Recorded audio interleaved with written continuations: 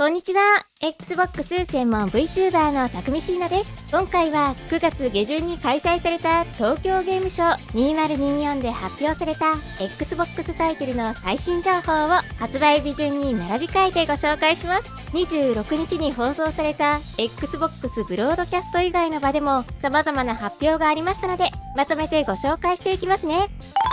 霊剣伝説3トライアルズ・オブ・マナが9月26日にサプライズ発売され、発売日初日からゲームパスに対応しました。1995年にスーパーファミコンで発売された同作をフルリメイクした作品です。本作ではキャラクターのボイスやアレンジ楽曲の収録の他にも、アビリティシステムや新クラスの追加で再構築された成長システムに新たなるストーリーなどが加えられています。霊剣3リメイクがついに Xbox で遊べますね。待ち望んでいたファンの方も多いのではないでしょうか。私は3はオリジナル版未プレイで、リメイクもスイッチでほんの少し触ったくらいなので Xbox で遊べるのがとても嬉しいです。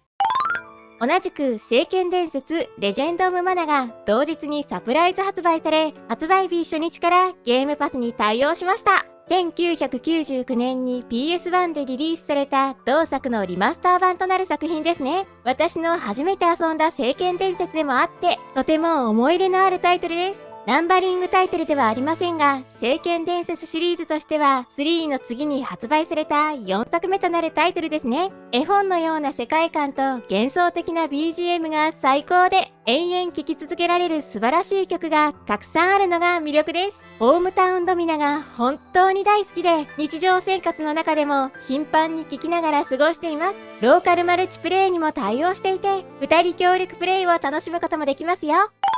みんな大好き塊魂アンコールプラス王様プチメモリーが9月26日にサプライズでゲームパスに追加されました。2023年6月に発売されたタイトルで Day1 ではないため、ゲームパススタンダードで遊ぶことも可能です。塊を転がして物を巻き込んでいき、どんどん塊を大きくしていくゲームですね。2005年に PS2 でリリースされた塊魂シリーズの2作目で、実に18年ぶりにリマスターされました。リマスターにあたってビジュアル面の向上や一部 UI を改修し、より遊びやすくなっています。私、今作は購入して遊んだのでクリアまでプレイ済みなのですが、すごく気軽に手軽に遊びやすいコンパクトなボリュームの癒される雰囲気の作品なので、ぜひシリーズ未経験の方も試してみてください。素敵な BGM も特徴ですよ。All You Need Is Help せーのでモフクルポンが9月26日にサプライズ発売され、ゲームパスにも追加されました。みんなで押し合い、助け合い、息を合わせてぴったり、形を合わせてゴールを目指す新感覚の協力型マルチプレイゲームです。直感的でシンプルな操作で、ステージごとに形を変える生き物たちを操り、クリアを目指していくこととなります。自由に移動できるものの回転はできないため、パズルを解くには必ず友達の助けが必要となる感じですね。ローカルでもオンラインでも4人で遊ぶことができ、本作は競争ではなく協力が中心の作りとなっているので、どの年代の方でも手軽に楽しむことができる作品として作られています。ファイナルファンタジーピクセルリマスターが9月26日にサプライズ発売しました。FF1 から6までの6タイトルを現行機向けにリマスターした作品ですね。私は FF シリーズ大好きなので、スイッチ版を購入して遊んでいたのですが、こちらも Xbox で遊ぶことができるようになって、とっても嬉しいです。とても今回の動画だけではこの6タイトルの魅力をお話しするには尺が足りませんので、また別の機会で6タイトル全てを全力でご紹介したいと思います。特に4、5、6が大好きです。ファンタジアンネオディメンジョンの発売日が12月5日に決定しました。定価6500円です。かつての FF シリーズやブルードラゴンやロストオデッセイなどでおなじみの坂口博信さんが手掛ける RPG です。音楽の方も同様に植松信夫さんが担当しています。戦闘システムは王道の単性コマンドバトルでありつつも、多くの敵をまとめてターゲットにして攻撃することができる戦略性が魅力ともなっています。さらになんと今作 FF とのコラボも決定し、 FF シリーズの BGM に変更して遊ぶこともできるとのことです。めっちゃくちゃ嬉しいコラボですよね。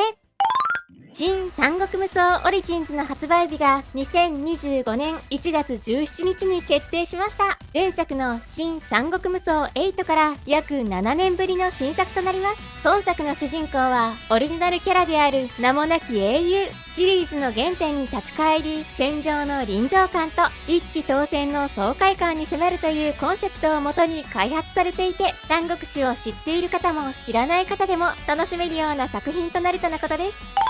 新デュアリティエコー・オブ・エイダの発売日が2025年1月23日に決定しました。定価5940円です。荒廃した世界を舞台にロボットとパートナー AI の少女とのストーリーが描かれる PVPVE シューター TPS です。パートナー AI の少女はメイガスと呼ばれ、プレイヤーと共にロボットに同乗し、探索や戦闘など様々なサポートをしてくれます。龍が如く8外伝パイレーツ・イン・ハワイが発表されました。2025年2月28日発売。定価6930円です。龍が如く8のその後の物語が描かれる完全新作となります。本作の主人公はなんと真島さん。自分の名前すら思い出せない記憶喪失となってしまった状態から始まり、失った記憶の手がかりを求めて広大な海へと旅立つこととなります。戦闘システムはセブン外伝やシックス以前の作品と同様のアクションバトル方式となっていて、スピード感のある強肩スタイルと多彩な海賊道具を駆使して戦うパイレーツスタイルを自在に組み合わせて戦うことができます。